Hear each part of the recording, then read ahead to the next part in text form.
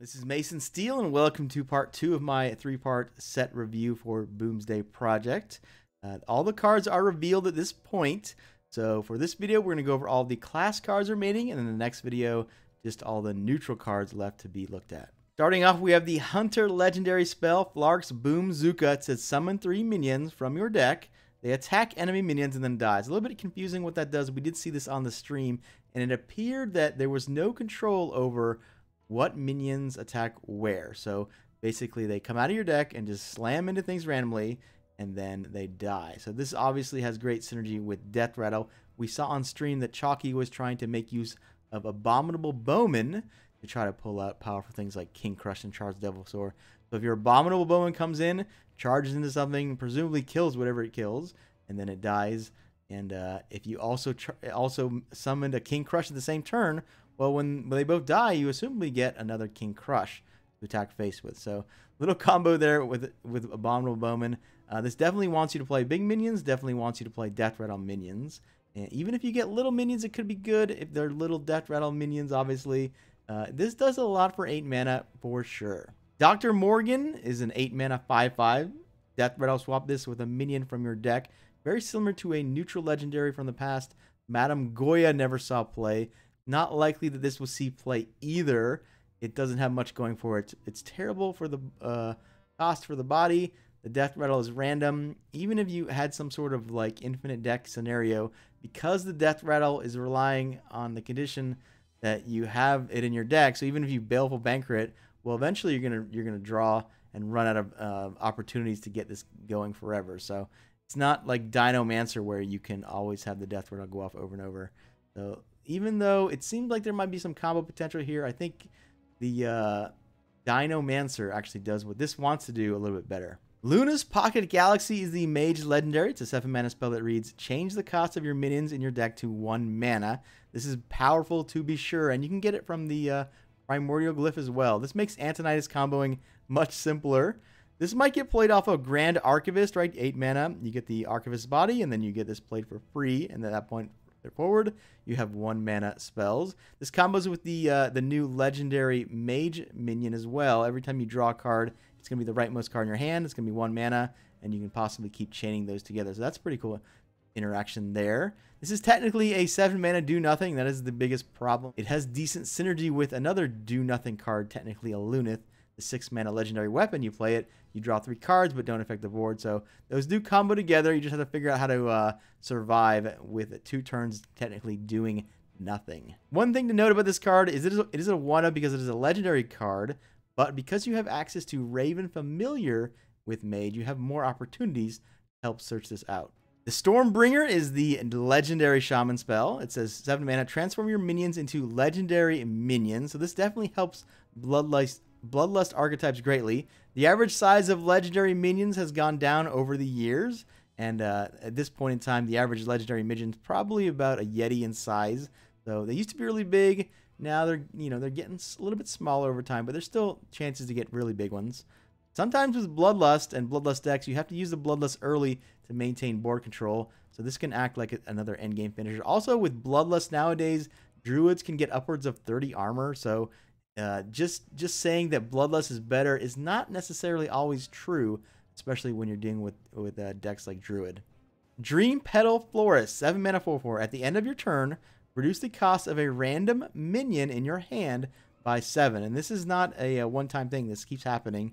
So obviously the big thing here is this another possible combo with Malygos.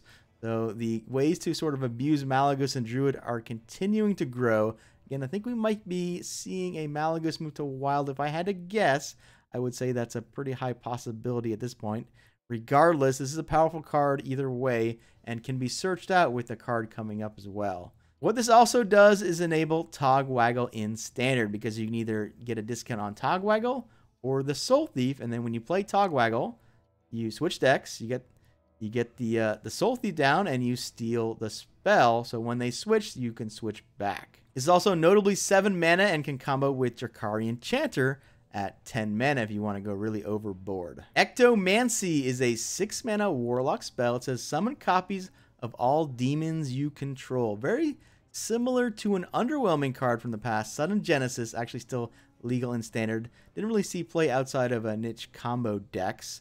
This has more things going for it than that card because specifically demons in general are very powerful. You have Doomguard, Voidlord, and even something like the Hooked Reaver to copy. Very powerful things to copy, especially Doomguard and Voidlord, right? Warlock don't have that many big tempo spells, so this is a very notable combo with Blood Bloom. Glowstone Technician is a Paladin minion, 6 mana, 3/4. Battle cry, give all minions in your hand +2/+2. So the hand buff cards have left Standard with the exit of Mean Streets, but this guy doubles the amount of buffing at once. So you get +2/+2 instead of normally +1/+1. That is a very, very powerful effect. There are still cards that interact favorably with this. We're going to see a couple ways to get Spark minions, which are 1/1 rush minions, and then get those buffed. Well, they're 3/3 rush minions. That's kind of cool. There's also still the Fireflies and the Flame Elementals, stuff like Igneous Elementals. So there are little synergies with this card. This card is very powerful in the late game when you get it to land, so definitely a card to watch out for. Meteorologist is a 6 mana 3/3 mage minion. It says battlecry, for each card in your hand, deal 1 damage to a random enemy. So this is no Goblin Blast Mage. The unfortunate thing with this is it just costs too much. Blast Mage at 4 was still early enough in the game where those random pings were likely to do a lot of damage. At 6 mana, you do possibly get more pings, but unless your hand is completely full, it's likely that the pings won't do what you want. They might not do anything. Obviously, against Baku Paladin, it's going to be an amazing card. This notably does go face as well. So because it can go face, because at turn 6, the pings aren't going to be that great. In general, it's a pretty underwhelming card. Security Rover is a warrior 6 mana minion. It's a 2/5 mech. Whenever this minion takes damage, summon a 2/3 mech with taunt. So ignoring any sort of magnetic buffs on its own, it's not that great. It does have potential. It's just the worst case scenarios are much worse than the sort of best case scenarios. Again, ignoring the magnetic applications. So yeah, even if you play this and get Whirlwind a couple times, make a wider board, it is vulnerable to stuff like Mossy Horror, a new card, and older cards like Cabal Shadow Priest. So very, very risky card to play. If you do magnetic buff it, it does get more interesting, but on its own, I don't think it's good enough.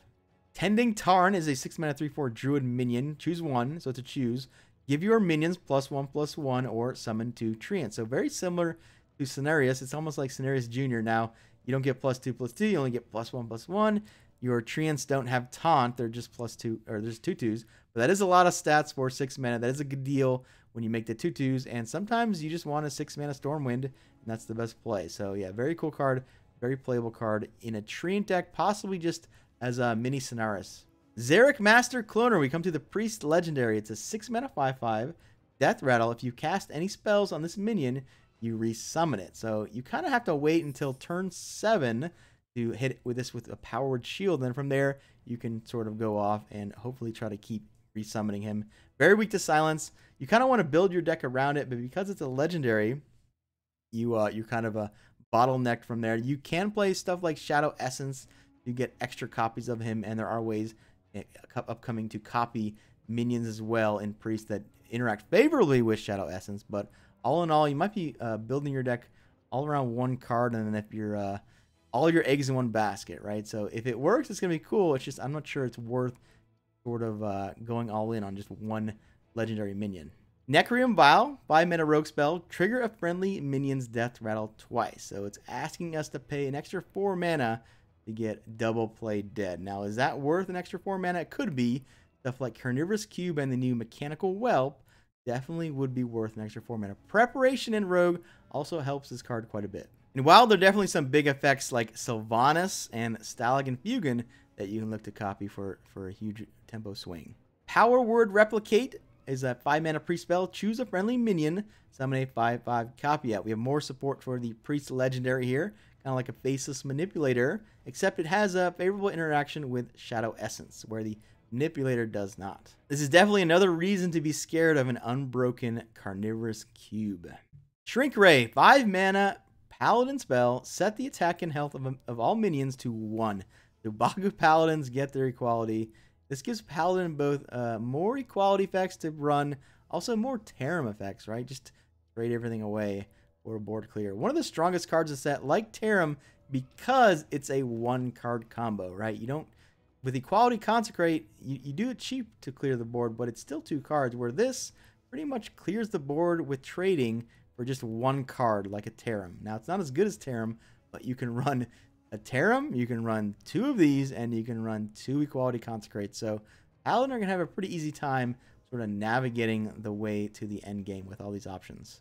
Crazed Chemist, 5 mana minion here, 4/4 in Rogue. It says combo, give a friendly minion +4 attack. That is a strong card, just might not fit, and it's competing against other cards that do the same thing for cheaper, like Cold Blood, or aren't as versatile for the same cost, like Vilespine Slayer.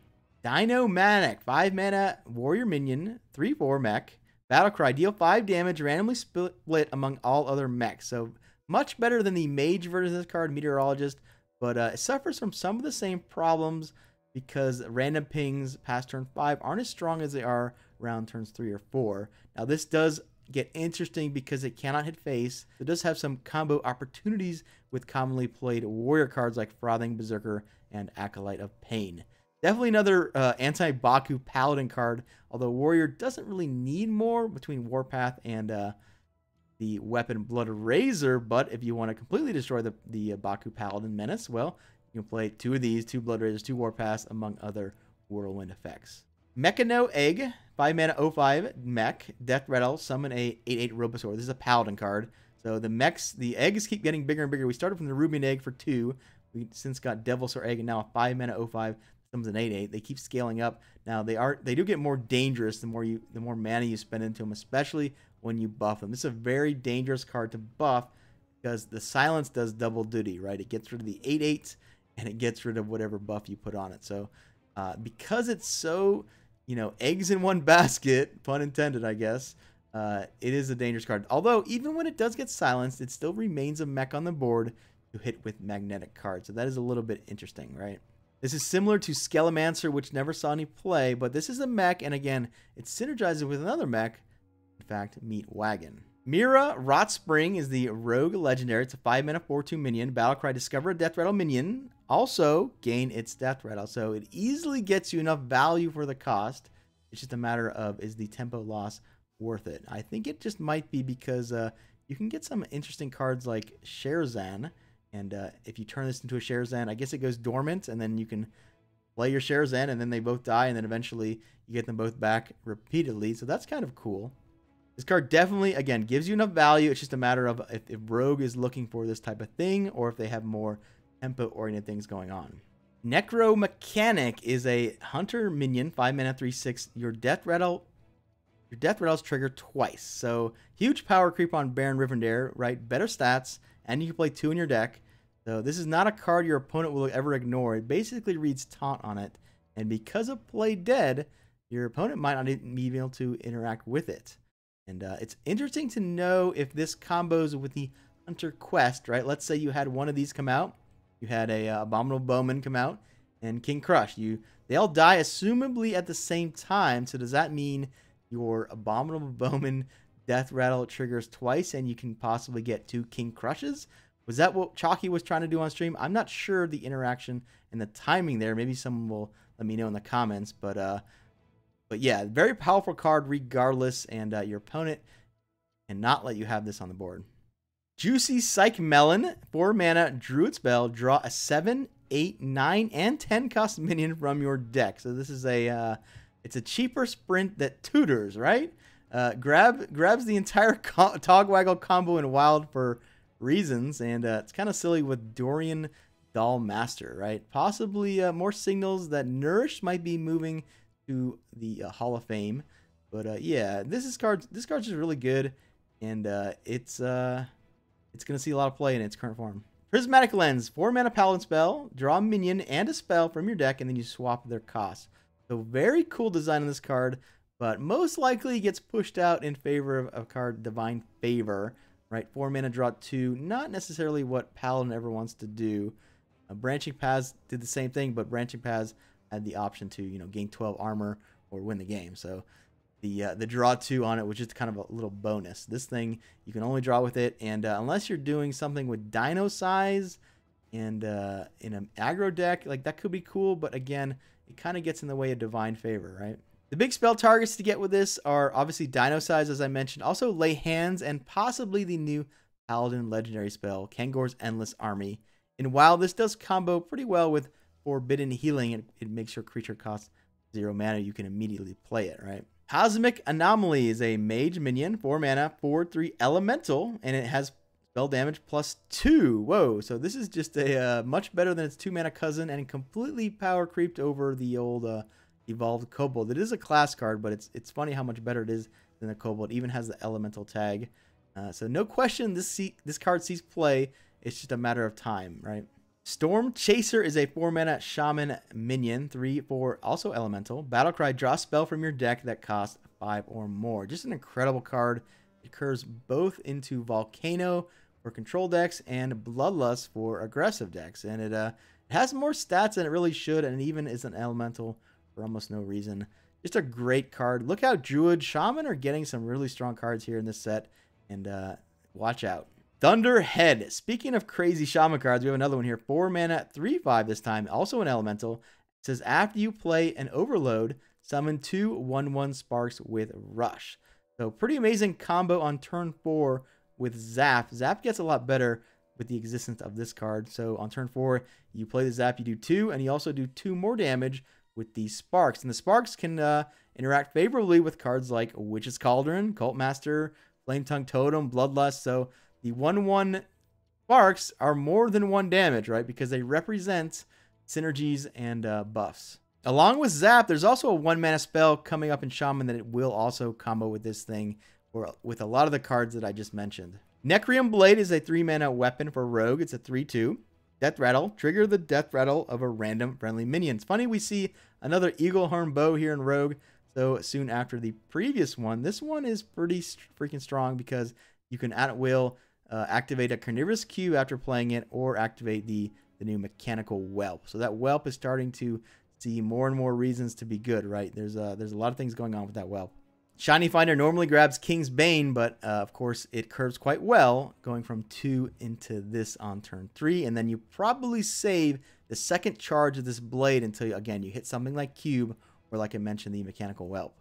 Extra Arms, pre-spell for 3 mana, give a minion +2/+2, and then you add more arms to your hand, and it's basically the same thing, another buff that gives +2/+2. Very similar to Unidentified Elixir, while being less vulnerable to Silencer removal. This does well to make sure you have the biggest minion on the board, and that's what you want in Priest, because every turn you can just heal the biggest minion over and over to get a lot of value. Of course, this combo is great if you can land it on the new Priest Legendary Minion, because it continues to give you buffs for the Death Rattle of that Xeric.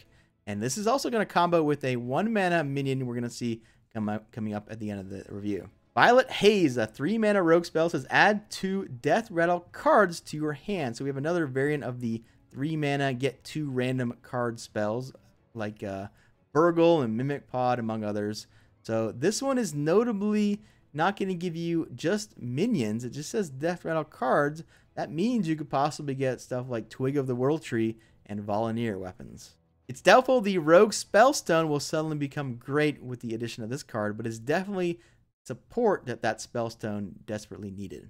Doubling Imp, 3 mana 2/2 demon with a Battlecry. Summon a copy of this minion. Whoa, so at the very least, you're getting 2 2/2 demons for just 3 mana, and if it's buffed even a little bit, it's a huge deal. So this fits right into Prince Cali set decks. We're going to see some other synergies coming up, and just a very strong card in general. Nether Soul Buster, 3 mana, 1/5 demon. Battlecry, gain +1 attack for each damage your hero has taken this turn. Another very strong Warlock card here. Technically not a 3-drop, although there is a combo in Wild if you played a Wrathguard. Maybe you trade your Wrathguard with a 3/2, then all of a sudden you get a 3 mana 4/5. That's pretty good, right? Generally, this is going to be played on turns 4 or later. At the very least, you can life tap on turn 5 and you get a 3/5 demon. So it's like a 3/5 demon, deal 2, draw a card. That's pretty good. And then on turn 4, you have a lot of options like Flame Imp and Possessed Lackey. You're going to want to play a lot of 1-drops in your deck, because 1-drops want to be played on turn 1, and then this guy wants to be played on turn 4 with one of those 1-drops. Astral Rift, 2 mana mage spell, says add 2 random minions to your hand. So another one of those get 2 random things. This notably costs 2 instead of 3. and that's really what puts it over the top into being really good. Anytime you go from 3 to 2, that's a big deal on these type of cards. And with Sorcerer's Apprentice and stuff, you can get even cheaper. This combos really well with Leyline Manipulator, right? You lose a little tempo in the early game to play this. You play the Leyline, and all of a sudden, maybe you drop some stuff for 0, drop some stuff for 1 mana thereafter. So very strong card, definitely going to see a lot of play. Bomb Toss, 2 mana Hunter spell, deal 2 damage, and then you summon an O2 Goblin Bomb. Like other 2 mana, deal 2 damage before it, the power of this card kind of depends on the meta and what kind of creatures are running around in the early game. This does have the out of just seeing play in, I guess, a Face Hunter deck, although those kind of have been out of style. The only face decks running around now are kind of like Baku Rogue and Baku Hunter, which it can't fit in, and Baku Rogue might just be better than just a face deck right now. Again, if this has a lot of targets on turn 2, it's pretty good, because we're going to see in Hunter, there's a lot of nifty things you can do with those O2 Goblin Bombs. Elementary Reaction is a 2 mana Shaman spell. It says draw a card, copy it if you played an elemental last turn. So that's pretty easy nowadays. Pretty much all the new Shaman cards are great, and elementals, in fact. And this is, again, one of those cards that you normally have to spend 3 for, but like the Mage one, because you only spend 2, you basically get a 2 mana Mimic Pod. I think 2 mana Mimic Pod is much better than 3 mana Mimic Pod, so this card, again, will see a lot of play. Goblin Prank, 2 mana Hunter spell. Give a friendly minion +3/+3 and rush. It dies at the end of the turn. So this is one of the ways to make use of those Goblin Bombs that Hunter seem to be collecting a little bit here. And yeah, it's pretty strong at what it does. You can also activate stuff with Death Rattle, kind of like a Play Dead would. This combos really well on turn 7 after playing Carnivorous Cube. You give your cube rush, it will die, but then, well, you get 2 of whatever you cubed, right? So it's pretty good in that situation. Research Project, 2 mana mage spell. Each player draws 2 cards. So this card, at first glance, looks pretty terrible, and in fact is pretty terrible in the early game. You're just giving your opponent, card advantage on you. In the late game, however, that's where this does shine, because it interacts well with Sorcerer's Apprentice or 2 Sorcerer's Apprentices. You get it to play for 0. Then you keep chaining these. Maybe play Arcane Intelligence as well. So definitely a card to watch out for in combo applications. Rocket Boots is a 2 mana warrior spell that cycles, so it does draw a card, and it gives a minion rush. So 2 mana warrior spell that cycles is not an uncommon thing. We have both Slam and Commanding Shout. So there's no way you'd play this over Slam. Slam's more valuable, more versatile. And also Commanding Shout, I think if you just want to cycle, I think Commanding Shout gets played over this, because the Commanding Shout effect can be pretty good sometimes. And I think it's just better upside than Rocket Boots. Spirit Bomb is a 2 mana Warlock spell. It says deal 4 damage to a minion and your hero. So the 4 damage on turn 2 instead of 3 over the Dark Bomb. It's only relevant in Wild. In Standard, though, you can synergize with a couple things, right? You got the Spellstone, you have the new Nether Soul Buster, and this is a way to quickly activate your Hooked Reaver. Weapons Project is a 2 mana warrior spell. Each player equips a 2/3 weapon and gains 6 armor. Just a very versatile card. The more I look at this card, the more I like it.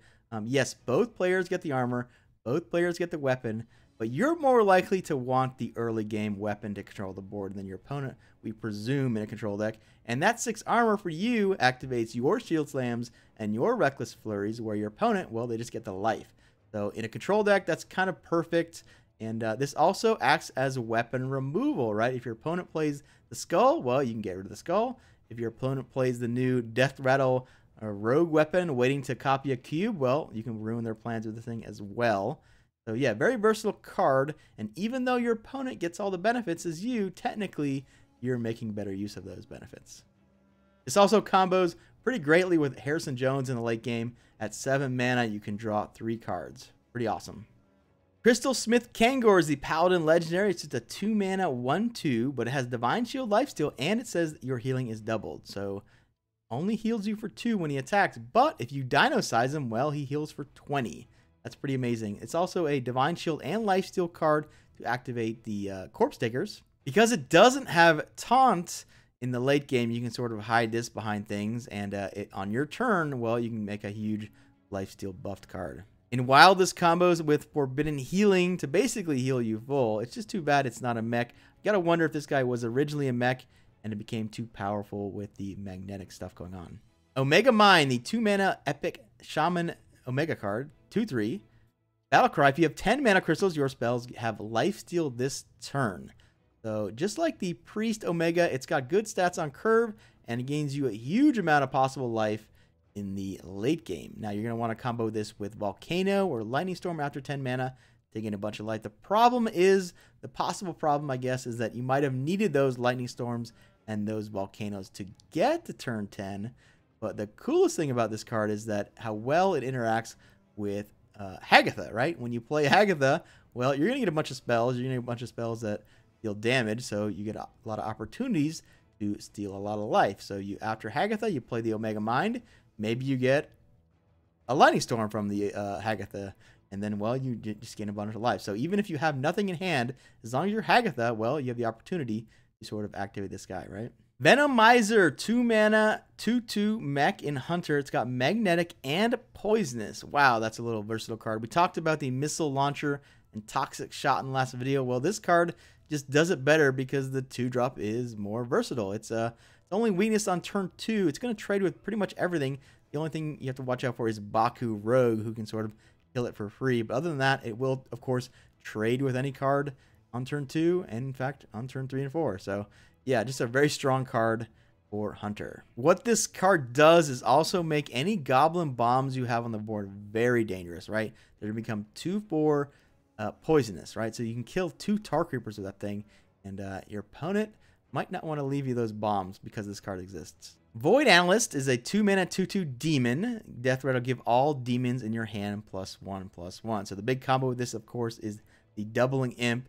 It does have some downsides, though. 2 mana 2/2 is bad tempo, technically, when Zoo has the option to play stuff like Dire Doggy, Knife Juggler, and, of course, the 2/4 Demon with Taunt. This also does mess up the Prince Khaliseth synergies you might be looking at with the Zoo deck. So, all in all, I think because of Prince Khaliseth, I think because of other tempo-y options at 2, this might get left on the sideline, but is a very reasonable and it could be quite good Zoo card because of doubling imp. Gloop's Glorious Gloop, 1 mana legendary druid spell here. Whenever a minion dies this turn, gain 1 mana crystal this turn only. I love the design on this card. The big payoff with this card is, of course, landing a ultimate infestation early, because what you're going to do is end up using resources on board to get the mana. So you're going to want to recoup your losses with the huge UI.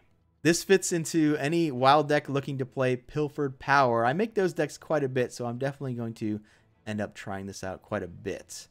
This also notably combos very well with Poison Seeds, right? This does give you a mana crystal for both sides, so if both players have a few creatures on board, this is going to ramp you quite hard. Secret Plan is a 1 mana hunter spell. It says discover a secret, so pretty simple. Sometimes misdirection is exactly what you want, right? And yeah, hunter secrets do lend themselves very well to be discovered because of so hit and miss they are, right? You can think of explosive trap and freezing trap. They're great in the right situation and terrible in the wrong situation. So the discover means, well, you're playing that Baku Paladin deck, get that explosive trap ready. Well, you're playing that Gen Warlock deck, he's going to play in a giant on turn 3, well, get that freezing trap ready, right? Shooting Star, 1 mana mage spell. It says deal 1 damage to a minion and the minions next to it. So at first glance, this looks worse than Arcane Explosion, but going from 2 mana to 1 mana is especially important when you're considering 2-card combos. You can think of the new Hasmik Anomaly for the 4 mana 4/3. That combo gets much better on turn 4 than turn 5. And you can think back to Feign Death versus Play Dead. Feign Death never really saw play. Now, of course, the times are different, but Play Dead became a much better card because exactly was 1 mana. Soul Infusion, another 1 mana spell here, this time in Warlock, says give the leftmost minion in your hand +2/+2. So pretty low floor, pretty high ceiling on this card because you can hit stuff like Doubling Imp and Sarnite Chain Gang. And yeah, you're just going to want to play a lot of 1-drops in your deck because it's itself a 1-drop. So you kind of want to get this on turns 1 or 2. If it makes sense on turn 1, well, go ahead and play it on turn 1. And then on turn 2, you probably want to play 2 more 1-drops. And yeah, just a very strong card. This, of course, combos late game, possibly with the Mega card. You go from making 3 4/5s to 3 6/7s. Whoa. Legendary spell, another 1 mana spell in Warlock, the Solarium. draw 3 cards. That's good. At the end of your turn, discard them. Well, that's not great, but it could be great because discarding in Warlock is also a thing. This is a just pure upgrade on tracking as well, right? Tracking basically did the same thing. Draw 3 cards, although this gives you the opportunity to not just play 1, but all 3, and you get the discard abilities if those are applicable, right? So just a super strong card. It doesn't interact with Gul'dan very well. You don't want to ever lose your Gul'dan in Warlock, but not every Warlock is looking to get to 10 mana, so any sort of Zoo deck definitely plays this. In Wild, it's pretty crazy because you can get this off Dark Peddler. Voltaic Burst, 1 mana spell, summon 2 1/1 sparks with Rush, and it has Overload 1, which might be a good thing considering the new 4-drop, the Thunderhead, right? So this combos pretty amazingly with all the sort of things going on with Shaman, right? Witch's Cauldron, Flame Tongue Totem, Bloodlust, a new legendary spell. If you have the Thunderhead out and play this, well, you get 4 1/1 Rush minions, and again, those can all be... you know, it's not just, you can't think of it like 1 damage. It's in a way it's better, in a way it's worse. It has to go through taunts, but at the same time, you might have cards like Witch's Cauldron, Bloodlust, Flame Tongue Totem. So there's definitely big upside, some downside to just having the having to go through taunts. But in general, I think it's better to have a 1/1 rush than 1 damage. Glowtron, 1 mana, 1/3. Paladin mech, and it has magnetic. 1 mana 1/3s are already good enough constructed. The fact that this is a mech and it has magnetic, well, that's just gravy. This card most certainly will see a lot of play. Test Subject, 1 mana priest minion. It's an 0/2 death rattle. It says return any spells you cast on this minion to your hand. So another obvious card to go in the sort of Shadow Essence Xeric Master cloner deck. Great with extra arms, of course, but even with basic stuff like Powered Shield, just generates a lot of value over time. Just watch out for those silences, guys. Beakered Lightning is a 0 mana shaman spell. It's an interesting one for sure. It deals 1 damage to all minions, overload 2. So notably not all enemy minions. This says all minions. So if you spell power into this, that would be good if it didn't kill all your totems, which it does. Overload is a thing. There are overload synergy cards like Spellstone, and a lot of them, however, are creatures on the board which in fact would get damaged by the spell, which is not what you want. So if it didn't damage your own stuff, it's a little bit interesting as a powerful shaman card. Right now, because it damages everything, you're looking at this just in a dedicated control deck, if at all. The last card I got today is 0 mana Topsy Turvy. It is a pre-spell. Swap a minion's attack and health. Very versatile card we got here. It can act like Inner Fire to end the game. It also happens to dodge the Skulking Geist. This can kill Doomsayers. It can kill annoying totems like Flame Tongue and Manatide. This also combos with both Xeric on turn 6 to copy him, and with, of course, Lyra. So a lot of applications for this, and I do think it sees play. So that's it for my part 2 of the Boomsday Project set review. The next video, part 3, we're going to go over all the neutral cards left to be looked at. If you guys agree or disagree with anything I said today, please feel free to comment below. I will not take offense again, and I'll see you guys on the next one.